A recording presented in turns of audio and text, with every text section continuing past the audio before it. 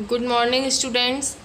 हमारा चैप्टर चल रहा था चैप्टर नंबर 7 मिक्सिंग एंड होमोजेनाइजेशंस। इससे प्रीवियस वीडियो में हम मिक्सिंग के बारे में डिस्कस कर चुके थे कि definitions of mixing, types of mixing and classification of mixing and equipments used in classification of mixings में हमने कौन कौन से इक्विपमेंट्स यूज़ किए थे। अब हम बात करेंगे होमोजेनाइजेशंस के बारे में। ठीक है, होमोजेनाइजेशंस क्या होता है, कौन से इक्विपमेंट यूज़ किया जाता है और क्यों यूज़ करते हैं। तो होमोजेनाइजेशंस का मतलब है सिंपल सा कि किसी भी दो इमिजिबल लिक्विड्स को आपस में मिक्स करना प्रॉपरली, उसको क्या बोलते हैं, होमोजेनाइजेशंस। ठीक है, मतलब ये मोस्टली लिक्विड्स के लिए यूज़ किया जाता है आपका। इसकी डेफिनेशंस क्या है देखिए। Homogenisations is defined as an intensive mixing of mutually insoluble phases और इमिजिबल लिक्विड्स। इनसॉल्युबल फेसेस या इमिजिबल लिक्विड्स का मतलब ये है कि कोई भी दो ऐसे लिक्विड्स जो आपस में मिक्स नहीं हो सकते हैं वो आपके क्या कहलाते हैं, इमिजिबल लिक्विड्स। इसमें एग्जांपल जैसे सस्पेंशन और इमल्शंस के लिए हम मोस्टली होमोजेनाइजेशन प्रोसेस का ही यूज़ करते हैं। ठीक, जैसे कि आपके अगर बताया जाए, जैसे कि इमिजिबल लिक्विड्स जैसे कि आपका वाटर और ऑयल है, तो ये आपस में जब हम इसको मिक्स करेंगे तो ये मिक्स नहीं हो पाएंगे, कुछ देर के बाद क्या होंगे, ये अलग अलग हो जाएंगे। तो इसको मिक्स करने के लिए हम किस प्रोसेस का यूज़ करते हैं, होमोजेनाइजेशंस के लिए। ठीक है, और होमोजेनाइजेशंस में क्या होता है, हम किस इक्विपमेंट का यूज़ करते हैं, हम होमोजेनाइजर्स का। तो आपस में इन दोनों तरह के फेस को मिक्स करने के लिए हम होमोजेनाइजर्स इक्विपमेंट्स का यूज़ करते हैं। एक बार आपको फिर से सिंपल से वर्डों में बता दूं कि किसी भी इमिजिबल लिक्विड्स को आपस में मिक्स करने की जो प्रोसेस होती है उसको हम होमोजेनाइजेशंस कहते हैं, मतलब मिक्सिंग ऑफ इमिजिबल लिक्विड्स। जैसे एग्जांपल सस्पेंशन एंड इमल्शन। अब हम बात करते हैं next point. In this process the two different liquids are blend by the homogenisers. या आगे आपका वर्ड होमोजेनाइजर्स, मतलब होमोजेनाइजर्स क्या आपका इक्विपमेंट है। तो इस होमोजेनाइजर से हम किसी भी दो अलग अलग लिक्विड्स को आपस में अच्छी तरह से मिक्स करने के को हम क्या करते हैं, किसके थ्रू हम इसको आपस में मिक्स करते हैं, होमोजेनाइजेशन प्रोसेस में हम किसके थ्रू मिक्स करते हैं, होमोजेनाइजर्स के थ्रू हम इसको मिक्स करते हैं। फिर है कि होमोजेनाइजर्स क्या है कि homogenisers actually reduces the size of particles of one material and dissolve it evenly throughout the other materials। Means homogenisers क्या करता है, किसी एक मटेरियल्स के पार्टिकल्स के साइज़ को कम कर देता है, रिड्यूस कर देता है, ताकि वो आसानी से किसी दूसरे मटेरियल्स में डिज़ोल्व हो जाए, घुल जाए। वो काम किसका होता है, आपका होमोजेनाइजर्स का। सिंपल से वर्डों में अगर कहा जाए, जैसे कि अगर हमें इमल्शन बनाना है तो हम क्या करेंगे कि इस होमोजेनाइजर्स को उस इमल्शन वाले बीकर्स में या इक्विपमेंट्स में रख देंगे और मोटर के थ्रू उसको हम स्टार्ट करेंगे। तो वो क्या होगा, रोटेट होगा। और जब वो रोटेट होगा तो वो क्या करेगा कि किसी भी मटेरियल्स के जो एक पार्टिकल्स होंगे, मतलब पार्टिकल्स होंगे, उनको रिड्यूस करना स्टार्ट कर देगा और वो आसानी से दूसरे मटेरियल्स में मिक्स हो जाएंगे। ठीक है, ये आपका क्या है, होमोजेनाइजेशंस और होमोजेनाइजर्स। अब हम बात करते हैं कि होमोजेनाइजेशंस में कौन से इक्विपमेंट्स यूज़ किए जाते हैं। ठीक है, तो इसमें आपके 3 टाइप्स के हैं। फर्स्ट आपका hand homogenisers, second Silverson homogenisers and last one is colloidal mill. ये आपके 3 तरह के होमोजेनाइजर्स हैं जो आपके यूज़ किए जाते हैं होमोजेनाइजेशंस में, जिसमें सबसे ज़्यादा आपका सिल्वर्सर होमोजेनाइजेशन और कॉलॉइडल मिल इम्पॉर्टेंट है। अब हम बात करते हैं अपने पहले होमोजेनाइजर्स की, जो आपका है हमारा है हैंड होमोजेनाइजर्स। सबसे पहले इसका प्रिंसिपल क्या है कि इसमें किसी भी कोर्स इमल्शंस को हम फाइन इमल्शंस में कन्वर्ट करते हैं। उसके बाद हम बात करते हैं इसकी कंस्ट्रक्शंस की। तो देखिए कंस्ट्रक्शंस में क्या दिया हुआ है कि it consist of A small stainless steel vessels which is mounted on a stand. Means क्या है ये कि ये बहुत छोटा स्टेनलेस स्टील का बना हुआ कोई भी वेसल्स है जो क्या होता है, फिट होता है एक स्टैंड से। देखिए जैसा कि आपको डायग्राम में दिखाया गया है। ठीक है, ये आपका क्या है, डायग्राम है हमारा हैंड होमोजेनाइजर्स का, जिसमें क्या है, ये देखिए एक स्टैंड से ये क्या है, फिट है। किसके थ्रू फिट है, नोजल्स के थ्रू यहाँ पे ये कसा हुआ है। ठीक है, इसमें सबसे ऊपर हॉपर होता है आपका, उसके बाद नीचे ओरिफाइस होता है, ये आपका हैंडल है, बेस है, ये नीचे नोज़ल है। नोज़ल का काम क्या होता है कि अगर इसको हम ओपन करेंगे तो ये यहाँ से कसा हुआ है ना, ये यहाँ से निकल जाएगा, ठीक है। हॉपर के थ्रू अगर हम बात करते हैं तो हॉपर का काम क्या होता है कि कोई भी इसमें लिक्विड्स को यहाँ पे फिल किया जाता है। हैंडल को जब हम ऊपर नीचे चलाते हैं, अप एंड डाउन चलाते हैं हैंड के थ्रू, तो वो हॉपर के थ्रू जो लिक्विड है वो नीचे यहाँ से ओरिफाइस से नीचे आना स्टार्ट होता है, मतलब हॉपर से नीचे आएगा ओरिफाइस में, और वहाँ पे फाइन पार्टिकल्स में कन्वर्ट होकर बेस पे हमारा कोई वेसल्स रखा हुआ होता है और उसमें वो इमल्शंस कलेक्ट होता रहता है, ठीक है। ये इसकी वर्किंग है सिंपल सी, कि किसी भी लिक्विड्स को या हम कहें कि इमल्शंस को हमें करना है तो हम क्या करेंगे, हॉपर में उसको फिल करेंगे, हैंडल को हम ऊपर नीचे अप एंड डाउन मूवमेंट कराएंगे, तो वो हॉपर से होता हुआ ओरिफाइस में जाएगा, वहाँ पे उसका साइज़ रिडक्शन हो जाएगा और वहाँ से ये नीचे यहाँ से कलेक्ट हो जाएगा हमारे इस बेस पर, हमारा वेसल्स है वहाँ पर, ठीक है। अब हम बात करते हैं इसके वर्किंग की। तो देखिए वर्किंग में क्या है कि the liquid is filled in the vessel with the help of hopper and the handle is operated, ठीक है। लिक्विड को हम फिल करेंगे किस में, वेसल्स में, किसकी हेल्प से, हॉपर की हेल्प से, मतलब हॉपर की हेल्प से हम क्या करेंगे, लिक्विड को फिल करेंगे और हैंडल के थ्रू हम इसको ऑपरेट। नेक्स्ट पॉइंट है आपका कि the up and down movement of Henle causes coarse emulsion to enter into the valve and come out from a fine orifice, ठीक है। इसका मतलब क्या है कि जब हम हैंडल के थ्रू उसको अप एंड डाउन मूवमेंट होगा तो जो कोर्स एमल्सन होगा वो क्या होगा, एंटर कर जाएगा होमोजेनाइजर बाल्ब में और वहाँ से वो फाइन ओरिफाइस के थ्रू बाहर निकल जाएगा, मीन्स वहाँ पे उसका साइज रिडक्शंस हो जाएगा, ठीक। जैसा कि आपको पहले ही मैंने डायग्राम में बताया था, एक बार आपको फिर से इसकी वर्किंग समझा देती हूँ।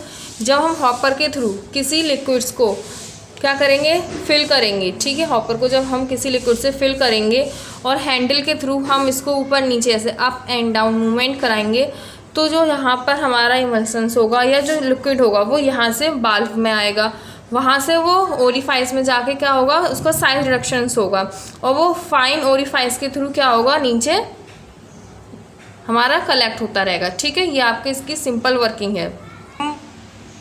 अब हम बात करते हैं इसके यूजेस की।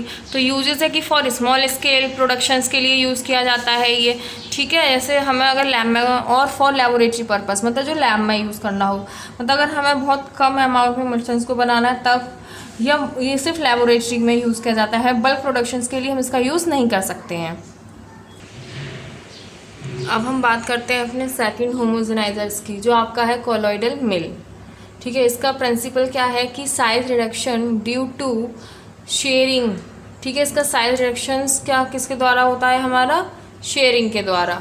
When the materials passed between narrow gap of rotor and stator, ठीक है। इसमें दो होते हैं आपके, रोटार एंड स्टेटर। रोटार का मतलब होता है जो रोटेट करता है, ठीक, और स्टेटर का मतलब होता है ठहराव, रुका हुआ, ठीक है। तो इसका प्रिंसिपल किस पर बेस्ड है, हमारा शेयरिंग पर। शेयरिंग का मतलब क्या होता है कि आपस में किसी चीज़ का टकराव होना, घर्षण बल पैदा करने पर, ठीक है, इस तरीके से। तो इसमें size reduction due to sharing पर है आपका, ठीक है, शेयरिंग पर है ये आपका। और जब मटेरियल पास होता है बिटवीन नैरो गैप, ठीक है, जब मटेरियल पास होगा किससे, नैरो गैप होता है रोटार और स्टेटर के बीच में, ठीक है। रोटार का मतलब होता है कि वो चीज़ आपकी रोटेट कर रही है, घूम रही है, और स्टेटर वहीं पर रुका हुआ है, ठीक। इसके बाद हम बात करते हैं इसके कंस्ट्रक्शंस की। एक बार आपको दोबारा प्रिंसिपल बता देती हूँ मैं। शेयरिंग का मतलब होता है कि ब्रेक डाउन, मतलब टूटना, किसी घर्षण बल पैदा करने पर, किसी चीज़ का आपस में टकराना, तो वो किसकी वजह से होता है, रोटार और स्टेटर से। जैसे कि अभी मैं आपको डायग्राम में बताऊंगी, लेकिन फिर भी आप एक बार समझ लीजिए। जैसे कि आपका यहाँ पर ये रोटार है, एक तरीके से समझ लीजिए, और नीचे स्टेटर है ये, ठीक है। तो ये क्या होगा, इस पर ये ऐसे गोल गोल घूमेगा, तो जब ये गोल गोल घूमेगा तो यहाँ ये स्टेटर ऊपर से लिक्विड आएगी, तो वो लिक्विड जब इधर बीच में इधर आएगी तो इससे क्या होगा, घिसेगी वो, ठीक है, कोई सॉलिड मटेरियल लिक्विड, तो क्या होगा यहाँ पे, ये एक तरीके से क्या होगा, इसमें शेयरिंग हो रही है, उसका साइज कम हो रहा है, ठीक है, इस तरीके से। ये इसका प्रिंसिपल है। अब हम बात करते हैं इसे कंस्ट्रक्शन की। तो it is consist of rotor and stator having conical surface. Means क्या है, रोटार और स्टेटर क्या है आपके, किस तरीके से कॉनिकल सरफेस है, ठीक है, उसके अंदर वो है। जैसे कि आप डायग्राम में देख लीजिए इस तरीके से, ये आपका डायग्राम है कोलॉइडल मिल का, ठीक है। तो इसमें देखिए ये हॉपर है, इसकी वर्किंग को मैं समझा देती हूँ इसी में आपकी। इसमें हॉपर है, हॉपर के थ्रू जब कोई लिक्विड इसमें गया तो ये रोटार है, वो इधर इस तरीके से इसमें आया, ठीक है। तो ये रोटार क्या करेगा, इस पर मूवमेंट करेगा, गोल गोल गोल गोल राउंड करेगा। जब वो राउंड करेगा तो वो इन दोनों के बीच में जो गैप होगा, इन दोनों के बीच में जो गैप है उसमें हमारा लिक्विड आएगा।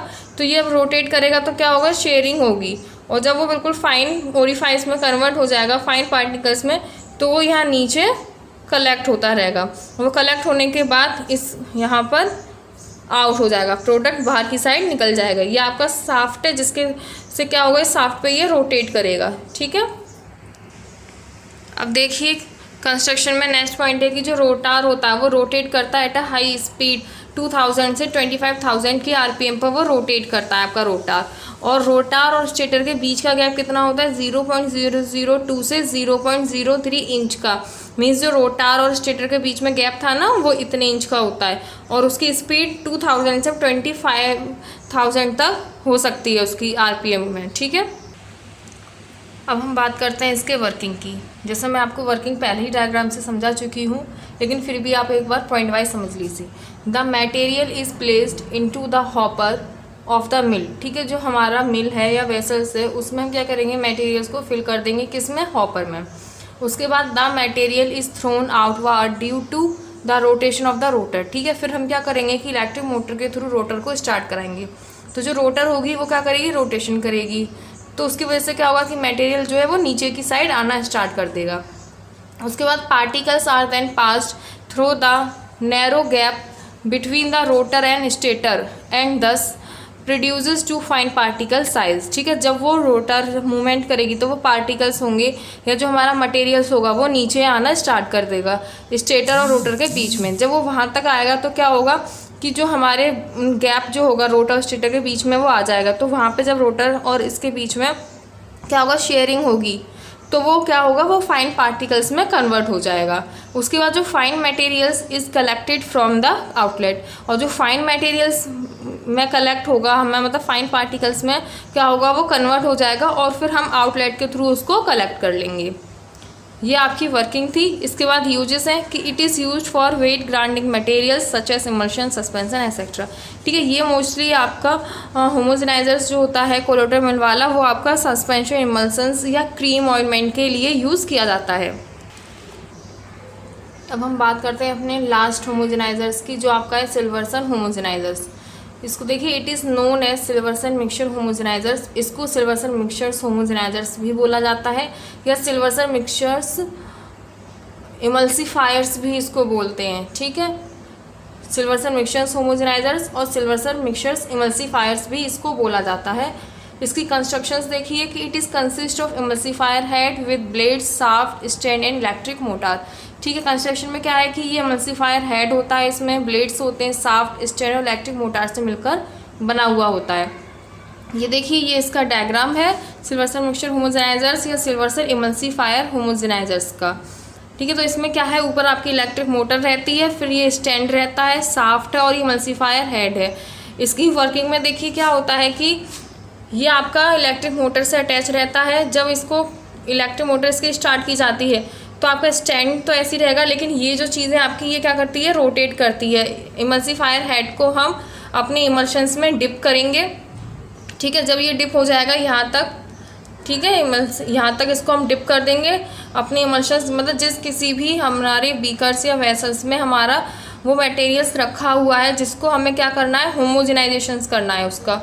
तो हम इसकी मोटर को स्टार्ट करेंगे तो ये क्या करेगा, रोटेट करना स्टार्ट करेगा। जब ये रोटेट करेगा तो वो हमारा मटेरियल पूरी तरीके से होमोजेनाइज हो जाएगा, अच्छे से मिक्स हो जाएगा, ठीक। अब हम बात करते हैं इसके वर्किंग की। तो वर्किंग में देखिए सबसे पहले क्या है कि emulsifier head is placed in vessels containing invisible liquids, means कि जो इमल्सिफायर हेड है हमारा, उसको हम क्या करेंगे, जो हमारे इमिजिबल लिक्विड्स हैं, अगर हमें इमल्शंस बनाना है तो उसमें हमारा ऑयल और वाटर फेस होगा, तो वो किस टाइप का है, हमारा इमिजिबल लिक्विड्स है, तो हम उसमें अपने इमल्सिफायर हेड को डिप कर देंगे, रख देंगे। उसके बाद क्या करेंगे, when the electric motor started, हम इलेक्ट्रिक मोटर को स्टार्ट करेंगे, फिर the liquids are sucked through the fine holes and oil is reduced into fine globules due to the rotation of the blades। Means electric motor को start किया हमने, तो वो क्या करेगी कि जो हमारे इमल्सिफायर हेड में कुछ होल्स थे, ठीक है, तो वो होल्स क्या करेंगे, उस लिक्विड को शक कर लेंगे, और जो उसमें से ऑयल होगा वो रिड्यूस हो जाएगा, तो वो क्या करेगा, फाइन ग्लोब्यूल्स में कन्वर्ट हो जाएगा। किस टाइम पे, जब हमारे ब्लेड्स क्या करेंगे, रोटेट करेंगे, घूमेंगे, उस टाइम पर। और फाइन इमल्सन इज एक्सपिल्ड आउट, और जो फाइन इमल्शंस होगा वो हम क्या करेंगे, उसको कलेक्ट कर लेंगे, वो बाहर निकल जाएगा। ये इसकी वर्किंग थी। इसकी बात करते हैं हम इसके यूजेस की। तो यूजेस में क्या होता है कि मोस्टली इमल्शंस और सस्पेंशंस के लिए ही यूज़ किए जाते हैं। तो आपके तीनों होमोजेनाइजर्स कंप्लीट हो गए, जिसमें आपका इम्पोर्टेंट आपका सिल्वर्सन, मिक्सचर्स होमोजेनाइजर्स और कोलोइडल मिल है। मिक्सिंग में आपका डबल कोन मिक्सिंग वाला, मिक्सर्स वाला आपका इम्पोर्टेंट है, और ट्रिपल रोलर मिल वाला इम्पोर्टेंट है। पढ़ने आपको सभी हैं, लेकिन इन पर आप थोड़ा कुछ ज़्यादा ही फोकस कीजिएगा, ठीक है।